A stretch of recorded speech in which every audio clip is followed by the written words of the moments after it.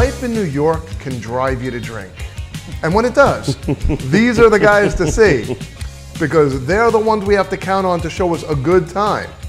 And tonight we will hear what it's like on the other side of the bar.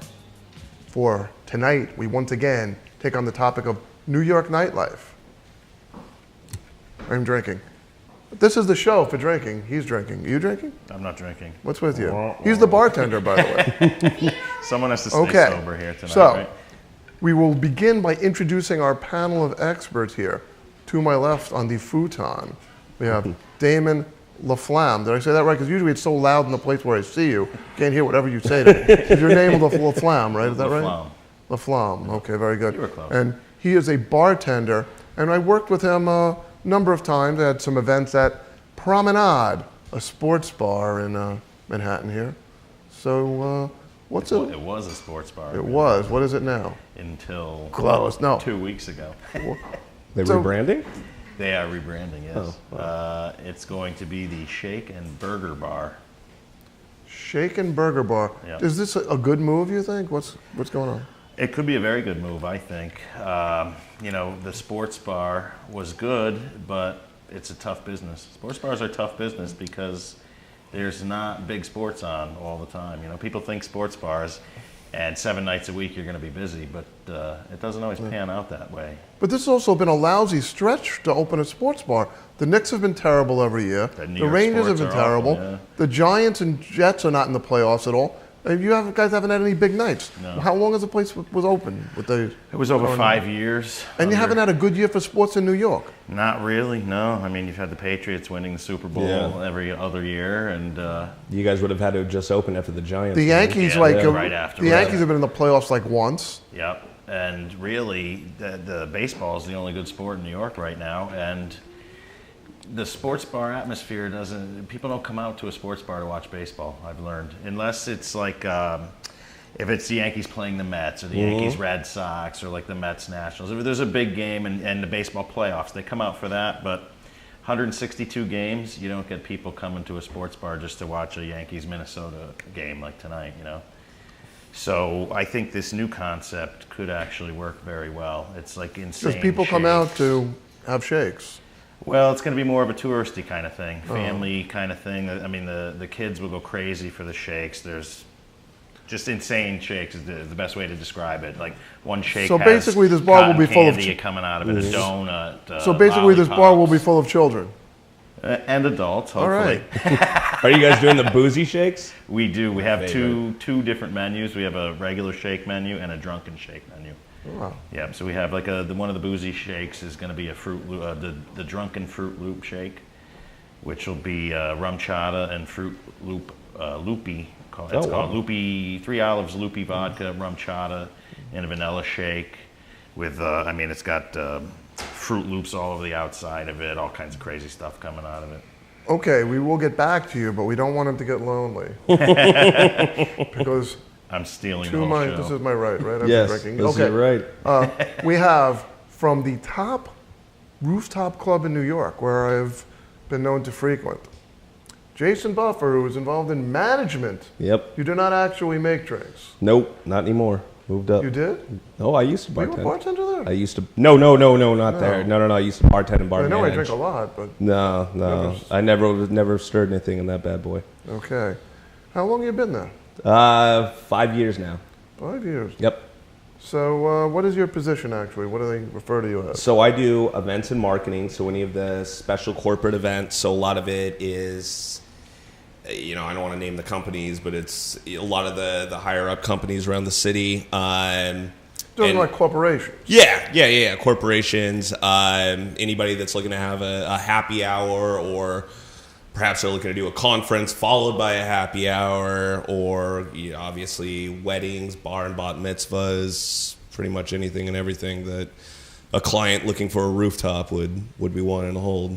We did a funeral once. Get out of here. What's interesting about 230 with the casket? Or no, not with the casket. Not with the casket. That would have incurred freight elevator charge.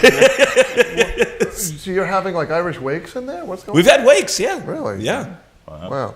wakes with shakes. Yeah. Shall we get you guys Shakes together? and if we combine it, I together, knew shakes there's and a wakes. reason I came here. Shakes and wakes. This is what I do. I would imagine your wake will probably be there, won't it? Yeah. I'm lucky if I stay awake to the end of the show. Oh, it's your Cuba Libre there. You got to be careful with those things. So the interesting thing about your place is it's like several things in one. You've got the rooftop, which that holds like over 1,000 people, right? 1,200 people. It's the largest rooftop in the city. Yep. Wow. And then you've got the level below where, well, I host a lot of events there, since we've worked together many times. You got 2 rooms. You got a front room, which is for private events, and you got the back room that's open all the time. Yep. So each of those rooms can hold about 500 guests. The public room, sometimes we'll convert into a private space, depending on what the client has, depending on how much money they have, depending on what date that is. We kind of toss Andy around all over the time, but luckily he functions very well. And I'm flexible. He's very Anywhere flexible. that there's alcohol, Yep. just look for me, and I'll be there. And you've occasionally had something where someone took like the whole place over too. Yep. Yeah. We've had events of 1,200 plus take over the entire place. During the wintertime, we'll even do rooftop barbecues. If it's we do a couple holiday events that are over 1,000 people. Sometimes it's nice to get them out there to go to the roof. We've got the rooftop igloos. It's tell us about the igloos. That's a pretty good innovation. I guess Sal came up with that, right? Yeah. So Sal, the head cook head and bottle honcho. washer there, who I had on the show once, he came up with this concept for these igloos on the roof. Yep. About 4 years ago, we came up with the concept. Just had a few up there, put some lights on them, create another reason to go up to the roof, even during the wintertime. 4 years later, and I'm writing press releases for it, and we're being covered by NBC, ABC, Fox, Time Out New York. If you haven't seen the Time Out video on your Facebook, you probably skimmed by and had no idea they actually did. Yeah, that's what I saw. It. Yeah, exactly. And I'm like, just this place looks cool. And I saw 230. exactly, and a lot of people. I've been there. I haven't been to see the igloos, but I did see the Facebook post. This past year, we got just a notification, and we had to look it up because we didn't believe it. That we were actually the most Instagrammed bar/restaurant in the entire country. So, we're talking about Cafe Du Monde. We're talking, so many places around the country that we were. And the most igloos per capita in the 48 states. Yeah, in the 48 states, yeah. You go up north, it's a whole different story. Right. But here, yeah. So, what's the percentage would you say you guys have of singles in your bars as compared to actual couples, people who come together? Me, I have a lot of singles being a sports bar, or, as we were a sports bar. It was a lot of singles, a lot of guys, coming to watch sports.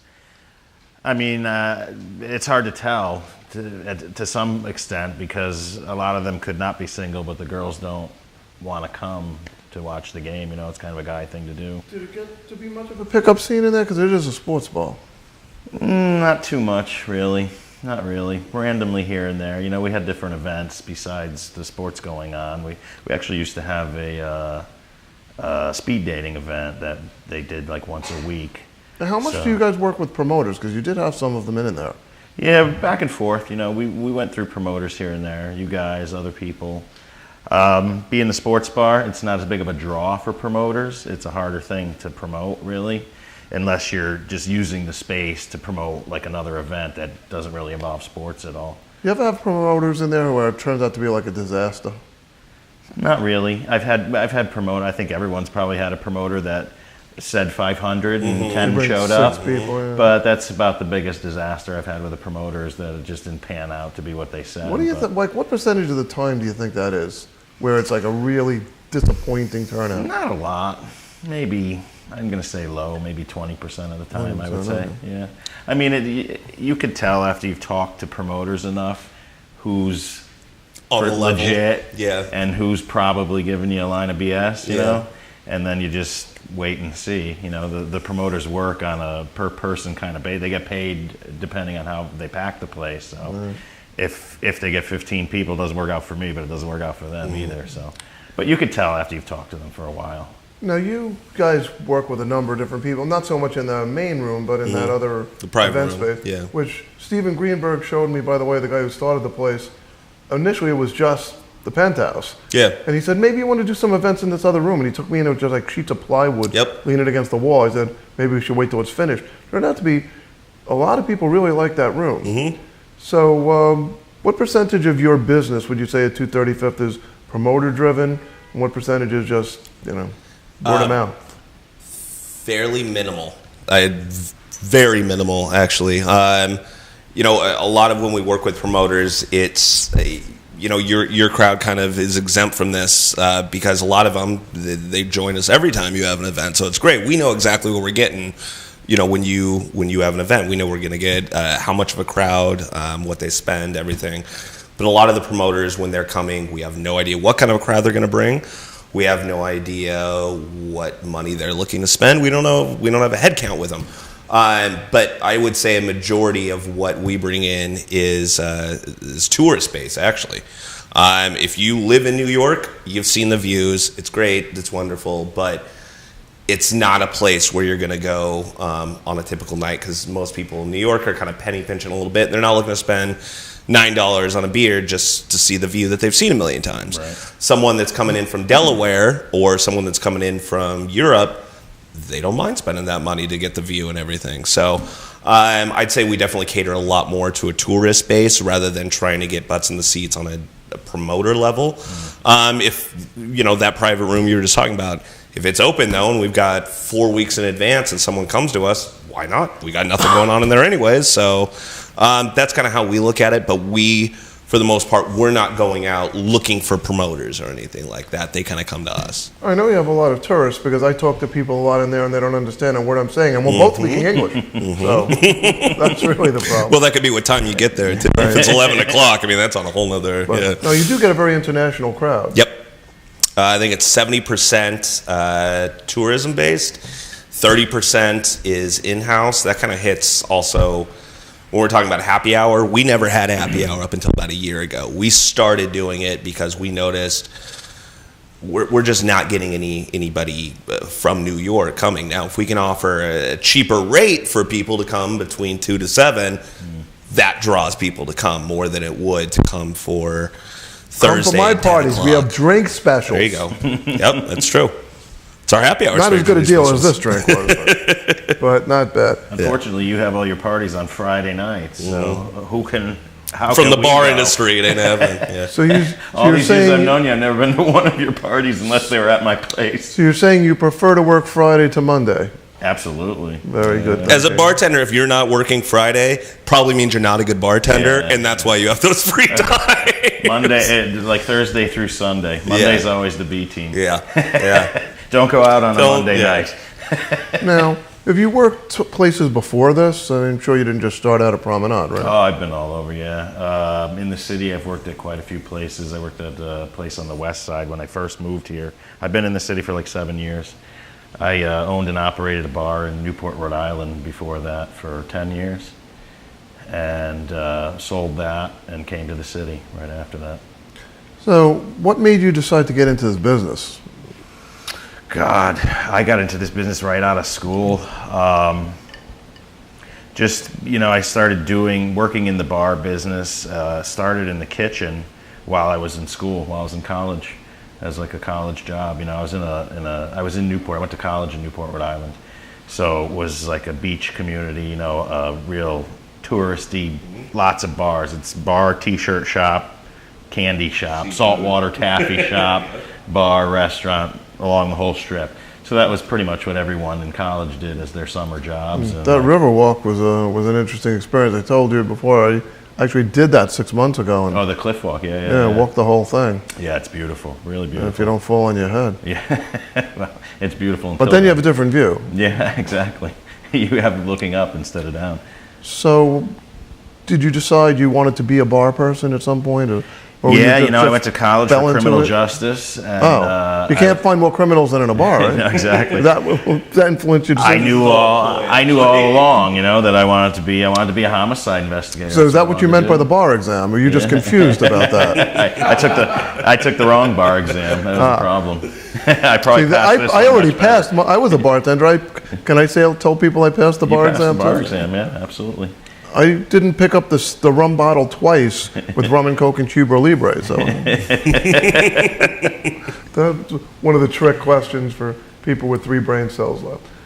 So, how did you get into the bar business? In college, I actually had a friend that bartended, said they're doing a college guest bartending night. Would me and a friend of mine want to do it? If you can get 30 people in the door, blah, blah, blah, blah, blah. So we did that. We started doing that for 3-4 hours every Saturday, made a little bit of money. And I honestly, I can't remember off the top of my head what the name of the place was. It was on the Upper East Side. And I was dating a girl at the time who just got hired to be a server at this place.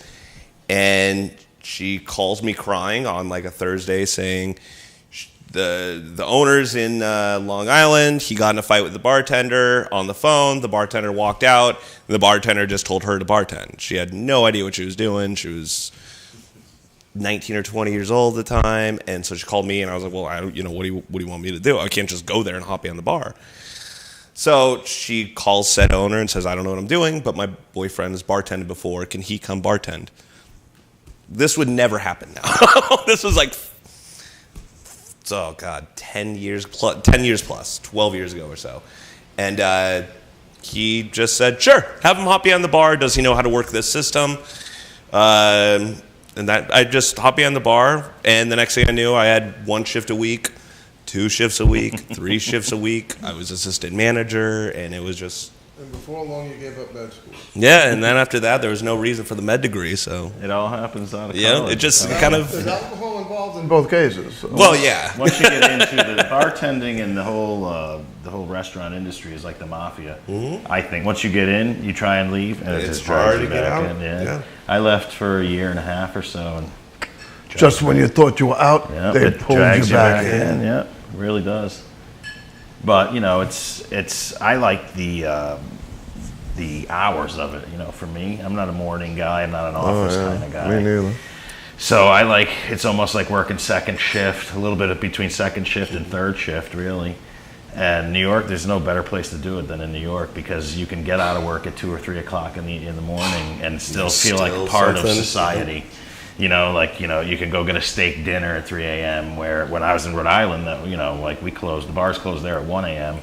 But that was it. It was a ghost town after that. You could go get a slice of pizza till 2, and that was it. There's nothing going on. So you didn't feel like as much of a part of society. Like by the time you were getting up, the banks are closing. We're here. It is the city that never sleeps in that aspect. One of the things I remember about bartending, I bartended at the Adam's Apple. It was like my first job out of bartending school. And they would close at 2 instead of 4, which you can stay out until in New York. That's actually another interesting point, is that's changing somewhat. But anyway, all the staff would go out afterwards and drink till 4. And then we would get a couple of 6-packs and go to this waitress's house on Roosevelt Island. And I always remember taking the Roosevelt Island tram home while people were going to work the next day. I was coming home from the night before. Oh, yeah. So that's New York nightlife in the old days. I've made that subway ride quite a few times. The ride of shame. Yeah. And when I got home, the guy who lived next door to me was passed out drunk in his car. So I remember vividly 2009 when the Yankees won the World Series. You would remember that. God, I left a bar not to be named at 9 a.m. Oh, yeah. And I had come from the game, so I was still in my jersey. Oh, yeah. And I walking down the street wasted. All these businessmen are walking by going to work, and I'm just running up to them going, I'm going to a parade. That's all I kept screaming.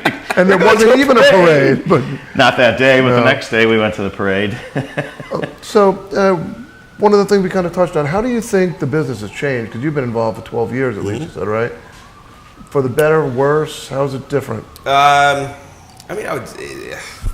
hard to say, because I think that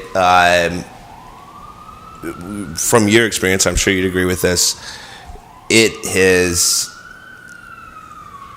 completely changed in the fact that it is so much more regulated now than it used to be.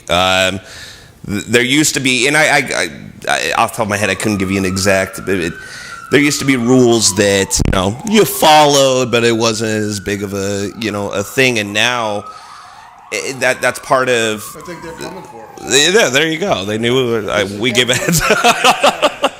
But it would be that's partly not only just city based that they regulate so much more on things, but it's owner based. As an employee of a bar, you know, owners have so much more technology now to regulate your shots, your this, your that, your pours, your everything. Cameras, right? Well, not just cameras. There's whole systems now that'll sit there and weigh the bottle right when it's put back down. Exactly. So it's good in a way of, you know, for the product for the bar. They're not giving out so much, but at the same time, it takes away a little bit of that home community feeling when Tom walks in and Tom's there all the damn time. And you know, Tom likes this. You pour Tom that. By the end of the shift, Tom's tipping you 30%.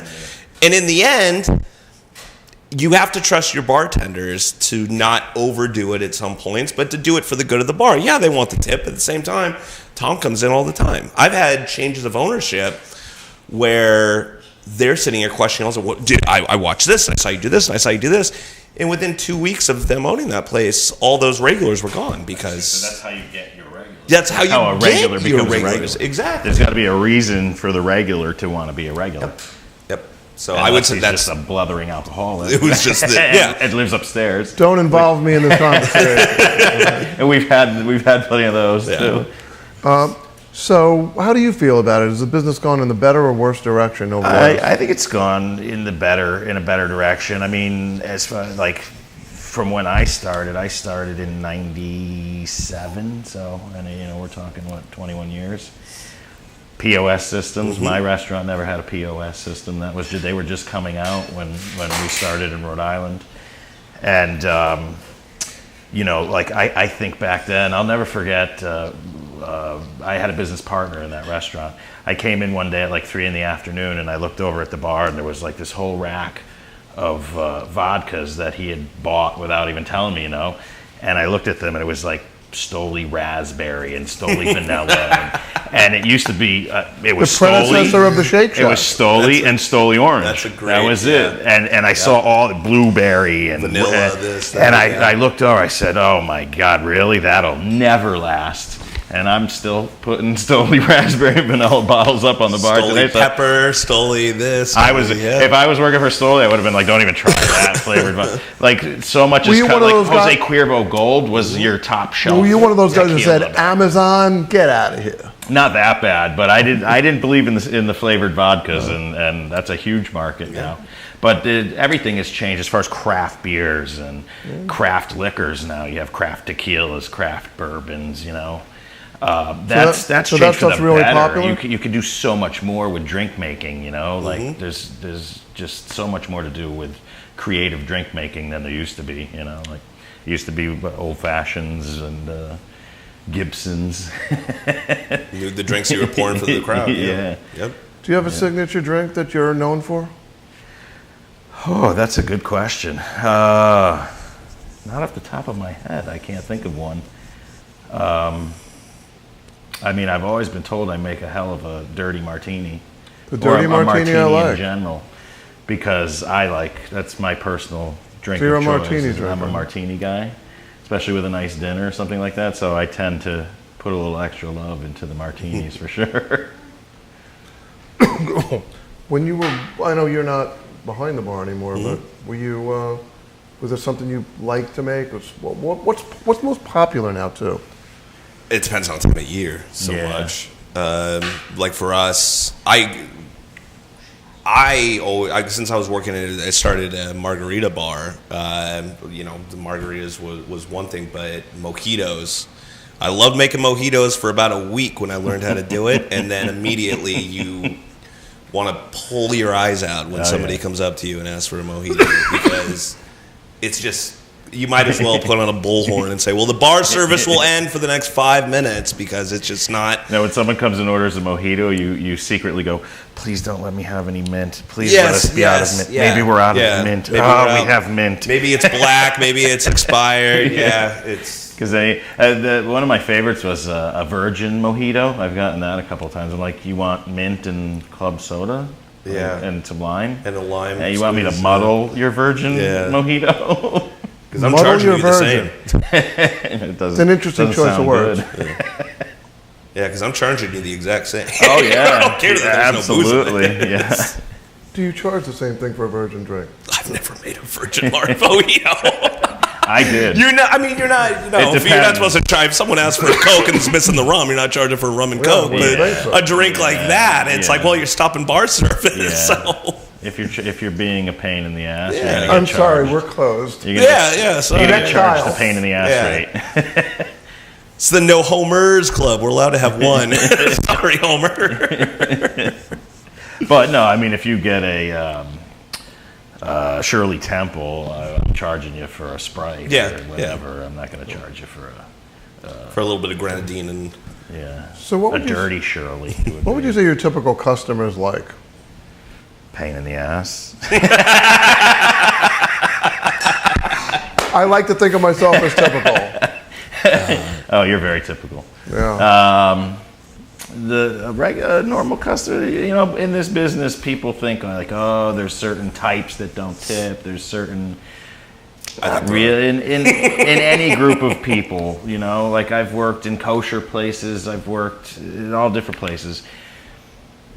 90% of the people tip well and are nice. There's the 10% that don't tip well Make or a bad happen to be name a for a pain lot in of the people. ass. Yeah. And those are the best stories on a show like this. You know, no one wants to hear about the guy who was really polite and was Yes. and loved his food and tipped great. You know, they want to hear the crazy stories. So in general, most of the stories you hear about that 10%, but it really isn't as bad as we make it sound. It's just we like to complain about it. Well, I've sat there and said, has there ever been a night after you were bartending that you just were walking home or in a cab and like, that went very smooth. No. Like there never is. There's never a night that goes smooth. There's No. something. There's always Yeah, something. There is always something. Now, happening. you worked in a sports bar for a while. Did you guys get many celebrities? I would think you would get some of them in there, right? We had a lot of New York Giant players come in. One of the owners had a connection somehow with one of the offensive linemen.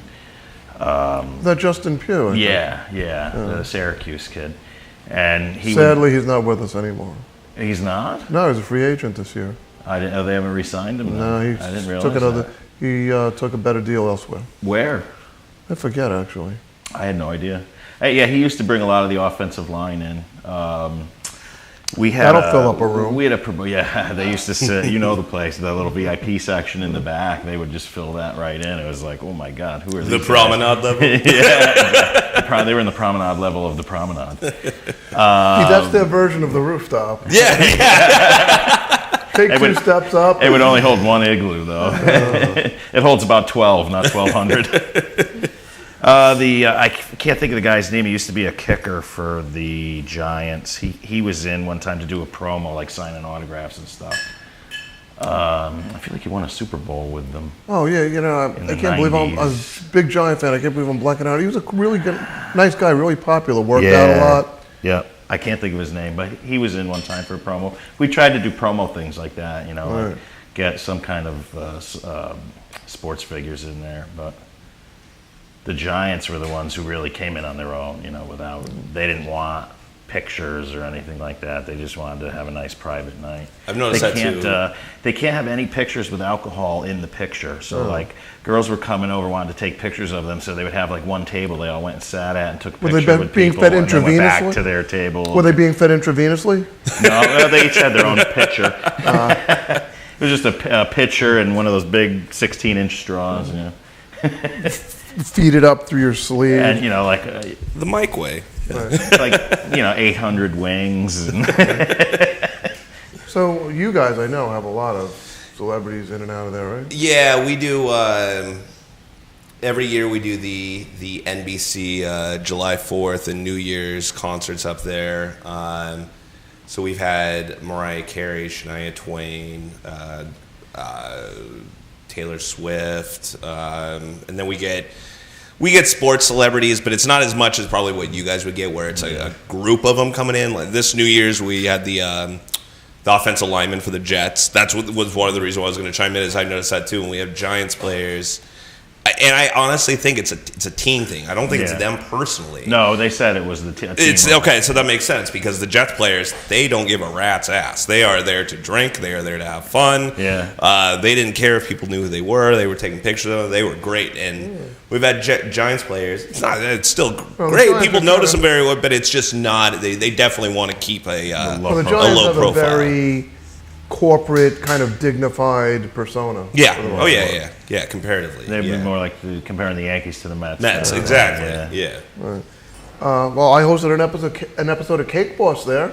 So we had you Cake did. Boss guy. You did. That was, 4 or 5 years ago. Yeah, we had Buddy was there, and they were party guys. I thought that they were going to come in, film the thing and out the door, but they hung out all night. Why not? They probably got comped all their drinks, or at the very least got them for free anyways. I think they might have been drinking. So, if you're going to throw me in an atmosphere where I'm getting everything comped, I mean, okay. Yeah, why am I If leaving? anybody has got a party with free drinks, what's the number? We're heading there. Make sure to bring the cake. We will be providing all that information on my I'll fan stop and page. pick up a cake. The Andy Choi Show on Facebook. That's it? All he needs is a cake? Call him 99 cents a minute. Call as often as you like. But have booze. Yeah, you just had to bring your own. That was fine. So, I know you say you don't have a lot of singles action in there, but have you heard a really bad pickup line? Besides yours? Right. The Hall of Fame is exempt. I'm not really. I've heard some of the classic pickup lines, which to me are cheesy pickup lines. See, I could use one if we had a girl on the show, but it would be too creepy for me to use one on you. Again. Yeah. Didn't work last time. That was a lot of Cuba Libres that night. Right. You look very good in a plaid, by the way. Mini skirt and the whole thing. Nice. In the dark.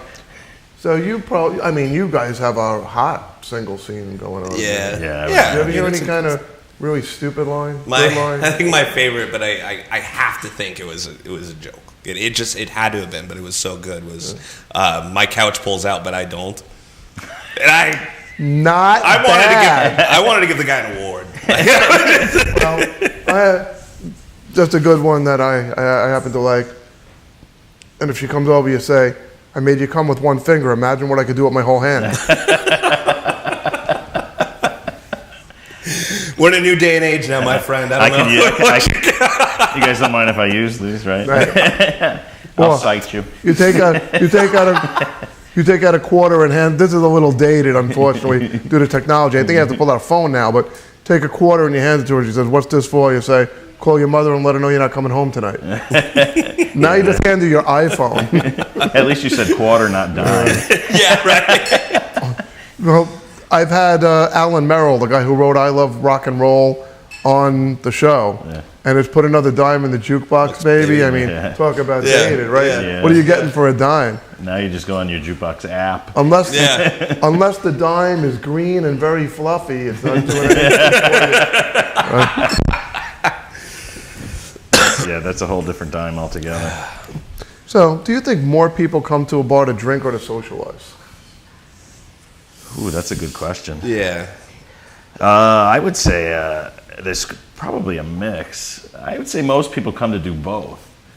But there's a small group of people that tend to come more just to power drink, and there's a small group that probably comes more just to socialize. But in general, I'd say most people come to do a little of each. So for a sports bar, do you get a lot of that shot action? I've never been a big shots guy, but people love that stuff. Oh, yeah. Roll up the sleeves. Shots, yeah. Every time the Mets score, or every time the Yankees hit a home run or something like that, everyone does shot. We themed it out to like. I was right about to say. There's themes for these places now. Every home run the Yankees hit. We had blue shots for every time the Giants scored a touchdown. We passed out free blue shots. Yeah. I'd be drinking shots of Shirley Temple. That's basically what they are. Pretty much what they're a hangover and a shot glass. Yeah. It's pretty much sugar based. Yeah. Blue curacao. Yep. It has booze. Now, how has the bottle service thing changed the business? You probably For you bottle services, give me the bud and please take the cap off. It's different. Exactly. But for you guys, you have a big bottle service. I enjoy partaking in bottle service. We just don't really sell bottle service much. Well, now it's turned into when bottle service. You can charge whatever. You know what you're getting because you're getting the certain group there. You're getting a lot of things, and now people want the bottles to do a flip as they're coming out. It has to have fireworks coming out. It needs to be lit. It's got to have. That's a whole procedure. It's a whole thing now. So. Over the top is the new big thing. It's just incredible. Yeah. It's over the top what you have to do for it. And then by the time it comes to your table, it's like, all right, well, you're pouring it now. So we did our part. That's why we... Is there much training involved in the bottle service? Like, what do you do to get that bottle service crew together? I mean... What, as someone going out for it's like bottle a service? Cheerleading squad now. Yeah, that's not my crowd, so I wouldn't be able to tell you that. I've never been a bottle service guy. I've always sat there and said, if I have to pay to get into a bar to then give you more money, I ain't doing it. Oh no, I'm talking about for your customers. I mean, it's not really that difficult. We look at what the costs are per the city. We check out menus all the time, see what other people are doing, and we usually try and go a little bit of a notch below, so that way no one can sit there. We realize the size of the venue, so we're not losing out on any dollars and cents as long as we're getting asses in the seats. It doesn't matter. Yeah. But try and be as cost effective as we can and comparable to what other people are doing in the city. But it's probably a little more difficult for a place like Promenade to do bottle service because it's not made as much for that. So it depends on how you decorate, how this, how that, what the vibe of the place VIP is. section with the 3 people in it. It's pretty top notch though. Huge. Your parties weren't allowed up there. That was roped off then. And when I sit up there, there's only room for 2 more people. But you feel like a damn king. It's pretty much tough to make a buck out of that. Now, you guys were working, I assumed, when the smoking ban came in, right? Yeah. What effect do you think that had on the... I was in Rhode Island, but coming to New York all the time for Yankee games. So I witnessed it firsthand. It was kind of humorous to me that...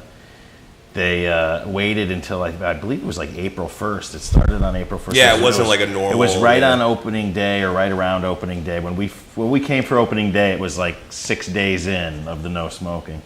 And the reason they passed the law in like the fall, but they waited till April 1st to enact it because they didn't want everyone to stand outside in the cold all winter smoking. Mm-hmm. But I mean, they didn't stop it come that winter. Yeah, that's what I was going to say. I was like, what's the They just wanted you to get used to it in the warm weather before you went and freeze your ass off outside. I thought for sure, never work. That and the flavored vodka, those were my 2 things. So I wrote down 2 things and I knew it never worked. I didn't think it would work in New York. I thought someone would get stabbed, like a doorman or somebody would. So you basically are like an oracle, predicting the future of the bar business. Yeah, except the backwards. If I think it's not going to work, then invest in it heavily. I'm getting all my stock tips from you and buying short. Hopefully I don't think this shake and burger thing's going to work very well at all.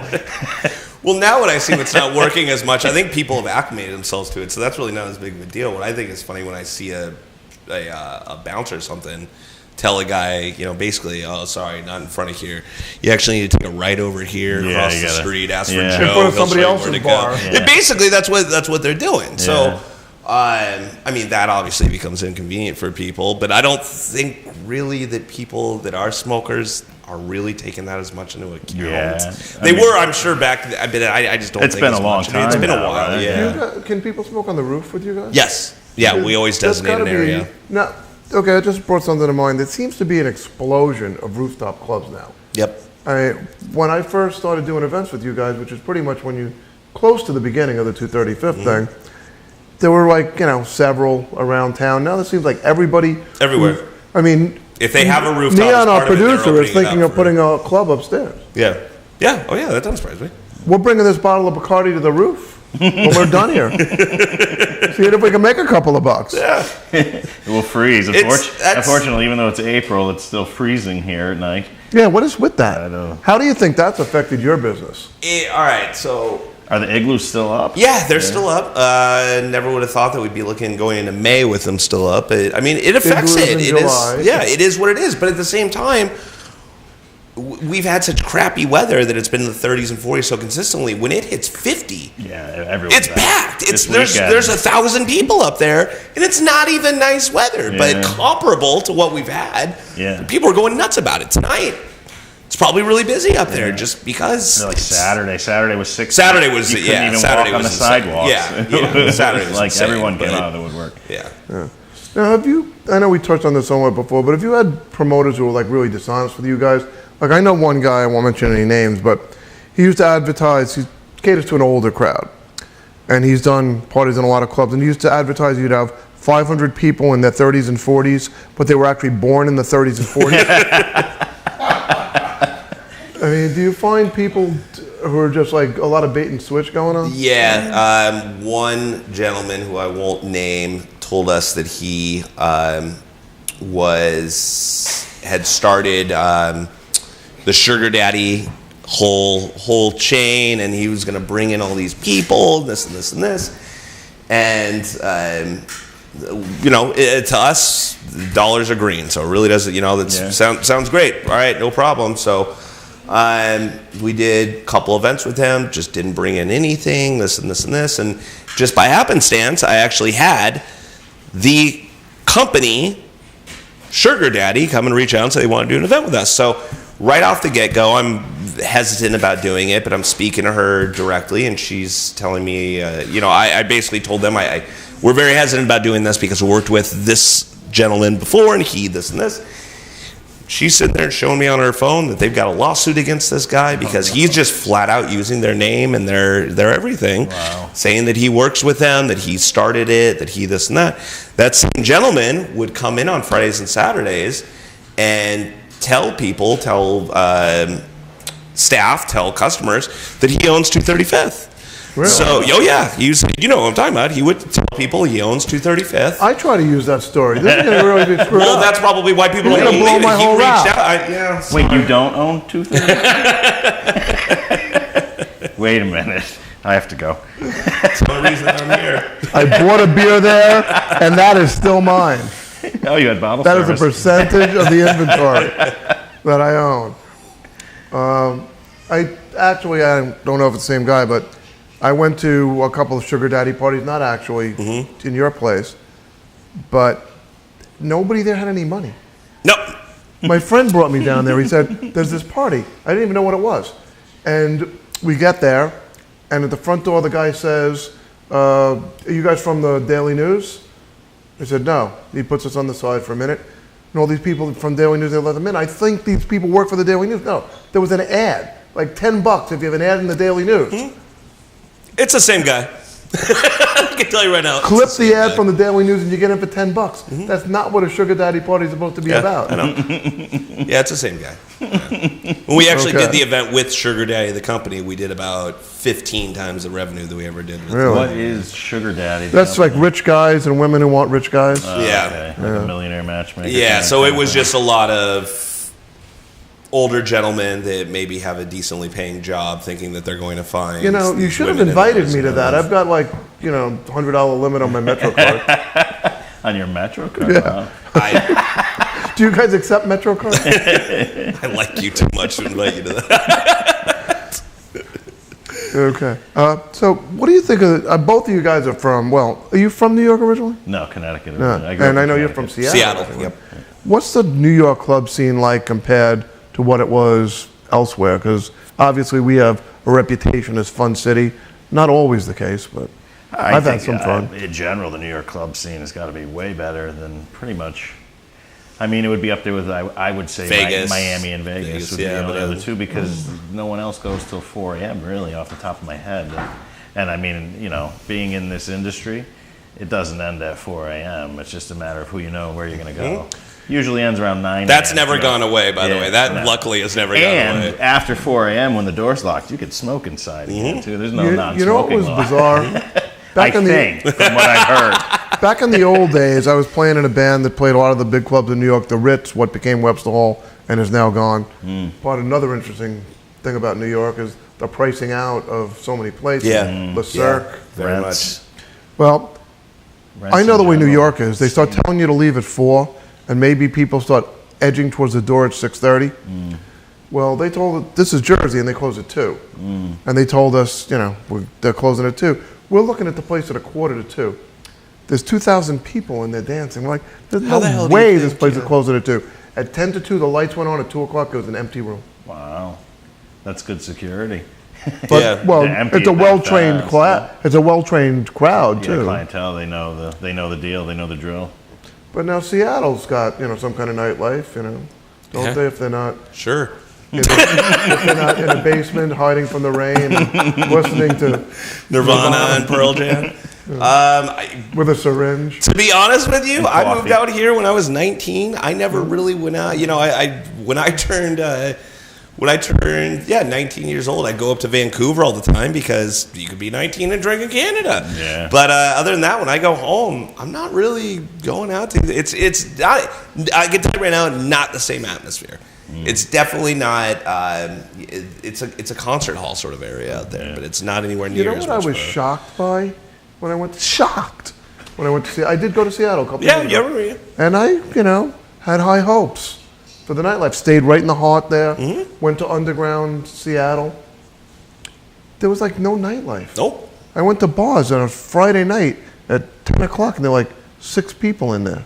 Really? What's their last call? 2 a.m., but that's their discretion. So 1:30, but that's at their So- discretion. So if they want to close at midnight, they're closing at midnight. But you is can- it that the stuff is niche and you have to know where to go or something? Because we went to named places and it was pretty No, empty. downtown Seattle, I just don't think is it's not a big drinking area. It's a big concert area, big concert halls. But if you're going to go to, a bar, like anytime I would go out, it was in my little town. They sold until 2 a.m. They were fun. But other than that, downtown Seattle, it's just not as much of a big scene. Where I was, compared to the New York club life, I grew up in Bristol, Connecticut, so Beyond ESPN. the club was the YMCA and ESPN. Yeah, we had the. You could have a good I meal. worked actually at a sports bar in high school. You could have a across good the meal. You street could do from anything That you would feel. be cool. Yep. I'll bet you guys what's had a his lot name? of the guys coming in. Chris Berman and Tom Meese. I don't know if you remember Yeah, I Tom remember, Meese. yep. He passed away a long time ago. But Yep. they were the original Sports Center guys. They used to come for a beer every night after Sports Center. And I was like 16, I was bar backing and putting the empty bottle of the Budweiser in the Budweiser boxes and stuff. And I used to always feel bad for them because they'd have 1 or 2 beers, and then drunk idiots would recognize bother them. them and be like, "Hey!" And they were very quiet guys, so they'd pay off. I didn't mean to bother them, by the way. Did they mention anything? No, was that you? that wouldn't surprise me. Since you brought that up, though, that is one thing I will see in New York because I'm sure you've bartended enough and bartended with some celebrities. I've done the same, or I've gone into a place with New Yorkers don't care. Yeah, They're not going to go bother someone. One of the best places to be a It's- celebrity. I would Yeah, I would absolutely. It say seems that. like that is definitely different, right? I mean, I don't Because, get it. When Yeah. I walk down the sidewalk, people don't recognize me Yeah. as much as I would think they would. I'm Moses, trying to keep still. Moses parts the water. They take some of the water. They make a buck in water. No big deal, right? Yeah. But yeah, you see people all the time, and New Yorkers in general really don't bother No. them. I'm sure if you went over by Times Square or something where there's a lot of tourists, it'd be a different story. But Yeah, but New York people are more blasé about stuff yeah. like that. Or they might yell something at you. Yeah, they're not going to ask for an autograph. Sucked, man. Yeah, or, like, why didn't you get a hit last night? Come on, what's wrong with you? You call that a movie? Yeah. Well, I would if I was a celebrity, I would definitely be in the city. I would think. I don't know. I've never really been to LA for more than like a vacation a long time ago, so I don't know if it's the same. I would imagine it's probably the same around there because there's just such a celebrity base there. That I used to go to a bar in the village called Caramba where a lot of celebrities used to go. Mark Gastineau was one of them. I still remember the talk about him at the time. Him walking around this village in a tank top saying to people, "You know who I am?" Well, then Now you're that- just asking Now for that's it. when you really gotta want attention. Yeah, that's what I was going to say. Handing out autographs, unsolicited. you carrying the picture, the autograph In his with you. If you give me $1, I'll trace over it. I will write your name on there, too. And for $2, you'll get not one, not two, not three autographs. And it's out of Ginsu knives. Remember the Ginsu knives? Oh, yeah. I thought that'd be before your time. This I guy. remember the Yeah, they cut through a can and a nail and then slice a tomato. Right. Marble. We haven't even discussed where your places are. My place I've is been on drinking. Well- 3rd Avenue between 25th and 26th. Promenade. Yeah, Well, what is it now? It's going to be in 2 days. It will be the Shake and Burger Bar. If you run right down there, Insane Shakes, gourmet you can go to burgers. Promenade for the next 2 days. No, And then Promenade's been closed for 3 weeks now. Promenade's been closed for 3 weeks. Do not Don't run. go down there. Just walk. Or walk slow. You'll get there bring a Wednesday when we picnic open. lunch. Bring a picnic lunch and camp out. Yes. And wait for the opening of you could Shake Shack. No, Shake not Shack? Shake No, Shack. no, no, no. Not Don't say that. What is this called? Gonna be cut There we out. go. Yeah. Here comes the lawsuit. Yeah. What is this thing called? The Shake and Burger Bar. The Shake and Burger Bar. Not to be And it will be confused with open Shake Shack. when? Wednesday. Wednesday. Yes. By the time you see this thing, you can get yourself, what do you think your signature shake is going to be? You guys should have a signature drink. Oh my God. I personally liked the 2 boozy ones that I tried, the Cinnamon Toast Crunch and the Fruit Loops. How hard are those to make? Not that hard. I mean, yeah. it's like the whole thing is about more of the toppings and the glass itself. Yeah. It's just like totally How about you make to the one? extreme, like we were talking about. Everything is overboard. Overboard, Yeah, yeah. this is How about you make one and call it you want some fries with that shake? exactly. I personally wanted to call it I like that, actually. Shake Those Buns. But they didn't think that the community board would like that. Either that or it's owned. Yeah, It's could too be. good to not be. But I mean, if the like we originally when we originally opened, we were called Bottoms Up, and Well, in the I logo, heard about that from it Tim. had 2 shot glasses as part of like the U of the or one of the letters of the Bottoms Up. And we were open for like 8 months, and the community board made us change our name. They didn't like our name. You were the butt of jokes. So, Yeah, but 10 blocks 10 blocks up the street is a bar called the Flying Cock, and they also own a bar like in the 50s somewhere called the Horny Ram. So how are they getting past? And I couldn't be Bottoms Up, which They have a I sax guess player. it's who you know in the Yeah, it's community. who you know. But I'm sure in the 50s area where the Horny Ram is, that's a different community board than we are. Definitely. Different time. And you work at, what's the name of the place? 235th Rooftop What's the Bar. address? 27th Street, 5th Avenue. No, it's 235th, damn it. 235th Avenue is the address. We And are the name of the located place is 235th. Good. Easy to remember. And it is located at, 27th Street, 5th Avenue. right, between 26th and 27th, isn't it? Yes. That's what I tell people. There's a Chase across the street. Have I been lying to people? No, you've not been lying to people. It's They right found their around- way anyways. It's near Right. 230 Fifth Avenue, I think. Right, 230.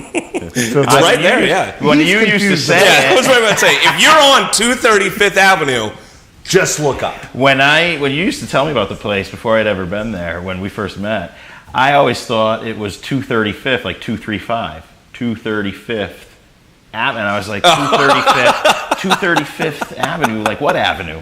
235th. It's 230. It was like a. We've had people think Abbott and we've had Costello. people think it's in the Bronx before. Like, so you're on 230th, and I'm like, you think there's a 2305th Avenue? No. That would be that would be Westchester. Well, yeah. So, is there anything else you guys are into that you want to promote before we get the hell out of here? Do you do anything with your life? Not really. I've been putting this restaurant together for the last 3 weeks, and that's been about my whole life. Oh, so you're. I'm so sick of tasting milkshakes. I don't want to see another Putting milkshake together in my recipes and life. everything like that. So are you involved in management at this point? I am, yeah. So I'm dealing with all I pretty much manage high-end and people. bartend. I still get behind the bar. See? The bar is like the mafia too. Once you're a bartender, I can't. I keep trying to get out from behind the bar, but it drags me back. The So money's you're a good. It's the money. so you're a It's the money, bartender who yeah. manages, and you're a manager who actually you don't bartend. He'll be the Don't first bartend. to tell That you. ruins this whole flow that I'm going for. Look, it was a pretty good flow. He'll be the first to tell you bartenders make twice as much as I'm managers, gonna Absolutely. I'm gonna make him make me a drink before I leave. Absolutely. I could do that. especially at your Yeah, your place, I would absolutely, imagine. yeah. So, any contact information, anything that you want to impart to us?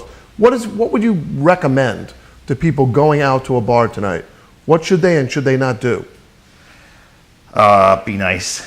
Be nice. And Tip polite. well. Say please and thank you. Mm-hmm. That goes a long way. We don't hear that nearly enough. Really? Yeah. Thank you Don't for do coming. this. Yeah. Thanks. Don't snap. Yeah. We're not dogs. Hey, We're not hey, dogs. Thank you for coming. Don't snap, don't whistle. Okay. I love telling people that. Someone snaps at me, I'll get a drink for the table behind them where they're standing before I make them a drink. Like, I'm not a dog. So. I remember this bar in the village that my band used to play at, and they switched to like all you could drink, and people were banging the glasses, and the bartender was this tough, no-nonsense guy. He'd just like rip it out of the hand. Yeah, absolutely. Recommendations, advice. A man of your advanced years. If you are ever going to a bar knowing a friend or just looking to somehow accidentally get a hookup, don't bring cash, bring your card, because it's the easiest thing for a bartender to get in trouble with if they're bringing a friend or anything like that, is to not be charging as they're going along. It's very easy to go to a computer system and go bing, bong, bong, bong. Open a tab. Always open a tab. Always open a tab. Always open a tab. I'm glad I lost my credit card on the way over. Okay, we're going to be leaving you shortly. Where are we going? We will be back, me and you. Oh, I have plans for you, forget it. We're going to watch the Yankees someplace. Yeah. But we're going to be leaving. We will be back in a couple of weeks with a really exciting show. We're going to the dogs, if that tells you anything. AndyFTroy@AOL.com if you want to contact me. AndyTroyTastingNYC.com if you want to check out my fan page. On Facebook, we're leaving, but for now, we are gone.